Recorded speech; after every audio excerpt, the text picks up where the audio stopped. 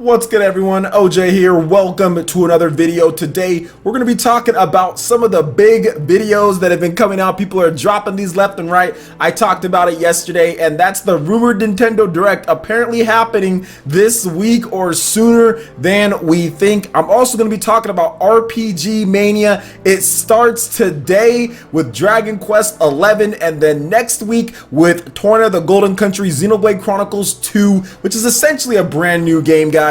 And then also Valkyria Chronicles 4 to round out the month. So we're going to be talking about that. And if you import in Japan, The World Ends With You Final Remix is coming out this month as well, and then next month for the US and Europe. So we got a lot of stuff to talk about, so let's go ahead and jump right in. And we're starting off with these rumors of a Nintendo Direct coming this week, potentially Thursday or sometime in the near future. We could be getting a Nintendo Direct. Now, we've had multiple people report this. Shout outs to John from SpawnWave saying that he has heard a few different places talking about a Nintendo Direct happening this week. It's also out there on like 4chan and other places as well. I'm not sure if it's on Reset Era or anything like that, but I do feel, because I've only had one measly source tell me that there's going to be a Nintendo Direct this week, and for the most part they've been pretty spot on and stuff that they've been telling me, so I trust them for the most part. But I didn't talk about it because I didn't have enough backup. I didn't have enough different sources or people telling me like, hey, there's definitely going to be something happening. But I do feel that now that people are kind of talking about it, it's been a bit since Nintendo's had their last actual Direct. E3 was the last one. Even before that, there was a while before we've actually had something. People kind of felt that the Nintendo Direct at E3 was tainted a bit because there was so much Super Smash Brothers. I don't feel that way, but whatever. And if you look at it, last year they had a Direct actually next week on Thursday. That would have been the 13th when they have a Direct. So I do think that they're going to have a big Direct. And if you remember, at last year's Direct around this same time, they announced Doom, they announced the Wolfenstein 2, they announced LA Noire, they announced Resident Evil. There was just all sorts of really cool games being announced or shown off, maybe not the first announcement, but shown off at that Direct. So I do think that this could be one of those. We've already gotten a number of announcements that people like to ignore somewhat just because it's not in a official Direct, but we've had a Warframe announcement outside of E3 and a Direct. We've also had Diablo 3 announced as well, and then also Saints Row the Third. So some of the bigger games out there, at least coming to Nintendo Switch, it would make a headline, which would be normally in a Nintendo Direct, have been announced outside of Nintendo Direct. So you have to think that Nintendo felt pretty good or felt pretty confident that they have a lineup that they can show off for this Direct. There's been some talk about people kind of bashing Nindies because we're not getting a normal Direct or some of the other big games out there, but I don't think that taking out your anger or complaining about Japanese games or indies is going to get you anything that you do want. I don't think Nintendo's going to say, oh, we're going to do indies instead of an actual normal Nintendo Direct. I think they put together Directs when they're ready to go. They're ready to go. When the Nindies shows or showcases are ready to go, they put them together. At the end of the day, you're not missing out on anything because one comes before another. They just come when they're ready. And if you look at independent developers, there's just a lot more independent developers out there making games, trying to make their dreams come true, just like everybody's trying to work hard and make their dreams come true in whatever profession or work that you do. So I don't think necessarily bashing them or being angry at other stuff is going to help out, but at the same time, I do think that this Direct is going to, if it does happen,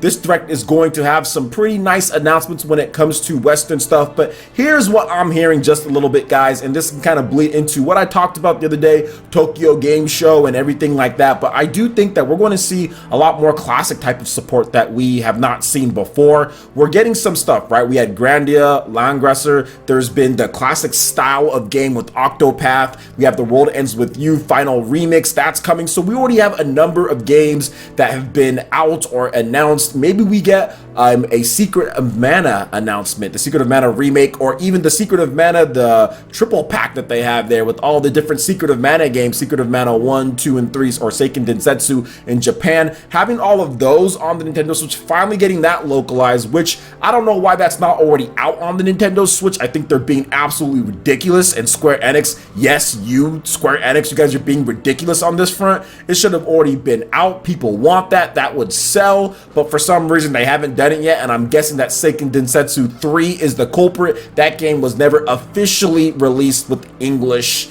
in the States or anything. So nobody's ever played it. Square Enix has never thought that, hey, let's go in and get this out in terms of an official English version. Now, there are fan patches and all of that, and they're very good. They're not bad at all. You can play the game in English if you want to play the game in English, but at the same time, it would be nice to get an official release, all 3 of them on cartridge, and get that ready to go. So maybe they announce that at a direct, and like I said, other classic announcements. Let's see what Square Enix has for us. Maybe they have some of their backlog they can put out on the Nintendo Switch. Not sure if that's going to be something that they reveal at a Nintendo Direct or more like a Tokyo Game Show or something like that, but either way, I think there's going to be quite a number of Japanese developers gearing up for some nice stuff, and a few different Western developers. And like I've stated before, guys, this is something that I said, heck, a year and a half ago, back in like January or something like that. I was like, guys, the Nintendo Switch is not going to be a mini PlayStation 4. It's not going to be anything like that. You're not going to see all the same support. We know what third-party developers want in terms of a system and all of that, and the Nintendo Switch, unfortunately, for people who want that type of stuff, is not that type of system. This is definitely a system that's geared more towards a worldwide base, not just the West, because the PlayStation 4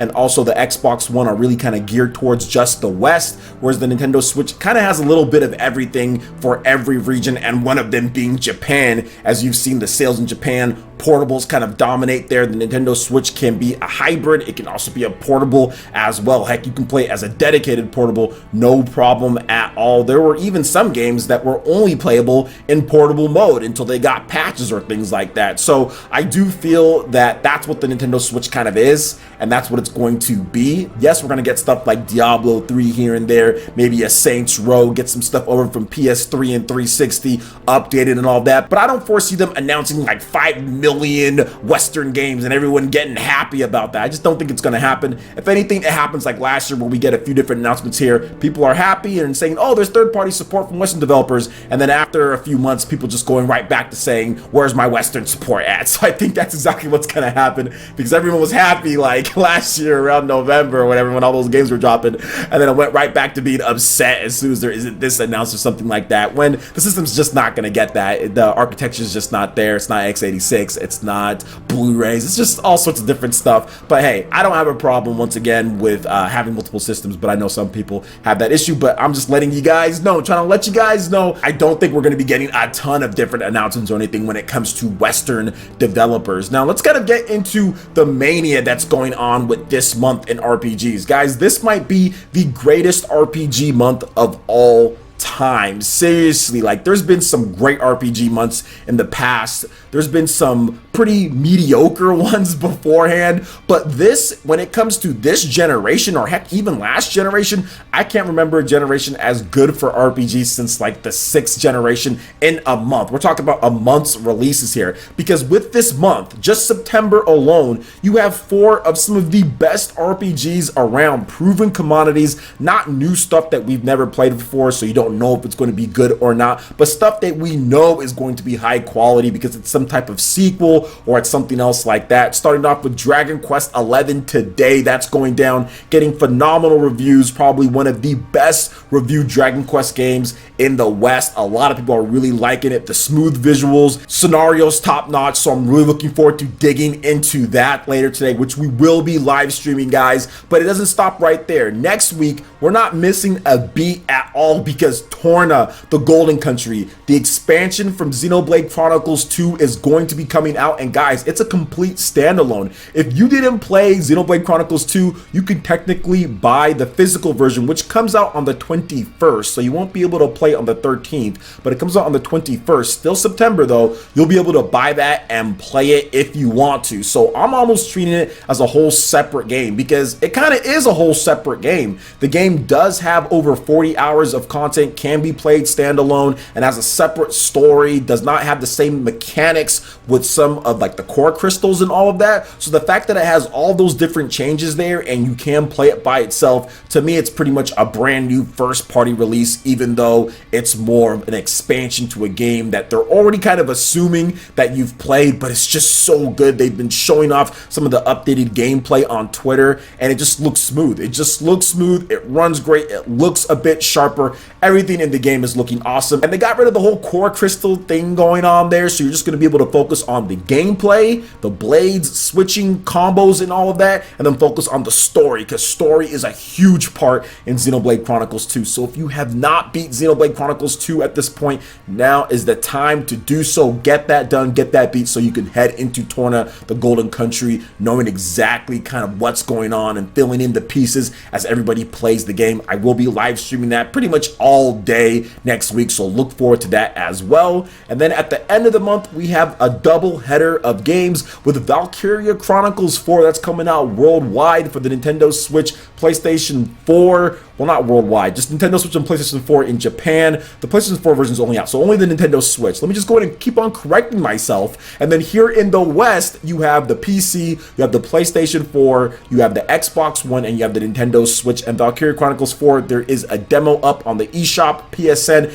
Xbox Live. Everybody who's played it said it's really, really good. It reminds me of Valkyria Chronicles 1, but just kind of take it up a few notches, and that's exactly what I wanted to see from this game after the horrible, putrid Valkyria Revolution Azure crap that they put out. This is such a refreshing sight to see this type of game, and I'm not exactly sure where I'm going to have time to play all of these high quality games. And like I stated here, I'm not sure if there's been a month with this many high quality RPGs ever, or at least in this past 2 generations that I can think of. Usually we get one solid one month, then the next month maybe we get 2 in a month, but technically speaking, we've got 4 amazing RPGs with the last game that I'm going to talk about, and that is The World Ends With You Final Remix. We know that game is really good. Unfortunately, no Pro Controller support. I did get a ton of people linking that to me, so that's happening. But still, even with just playing the game the standard way with the Joy-Cons and what they want you to do there, it's still an amazing game. There's new content added in after you beat the game. They have updated music and visuals. It just is the best version of The World Ends With You, because the DS version is a bit wonky at times to play, but you get used to it. And the smartphone version is, well, the smartphone version. And then now we have this version on the Switch to where you can play it on the go touchscreen and also play it on the TV using Joy-Con. So to me, it's the best version of the game based on all the different control methods and what they're saying and what the game is adding in. Has the most content, best visuals. So I'm completely down for The World Ends With You Final Remix. Like I stated before, it's coming out in Japan. If you want to import, maybe there's English in there, you could import it. But for everybody else, it's coming out this October. So what do you guys think about everything here that we talked about from the crazy RPG month? Maybe one of the best, or if not the best month in RPG release history. And then also with the potential Nintendo Direct that's been floating around there for this week. You guys think it's happening? What do you think can be at the show? Let me know your thoughts in the comment section below. All right, Ninja, that wraps it up for this video here. Go ahead and check out the links in the description below. We got Facebook and Twitter. Go ahead and give us a like and a follow on our social media. Really helps us spread the content of PlayerEssence across the internet in addition to YouTube. Also, make sure you check out our Patreon, Twitch, and YouTube live gaming pages and consider supporting PlayerEssence. When you do so, it gets you access to all sorts of cool benefits, perks, rewards, and emotes via YouTube sponsorship. Hit that like button if you did like this video. Lets me know you guys want more content like this going forward in the future. And subscribe to PlayerEssence for the latest RPG, Japanese, and Nintendo gaming news. Thank you so much for watching, and we'll catch you, Ninja, for the next video. Peace!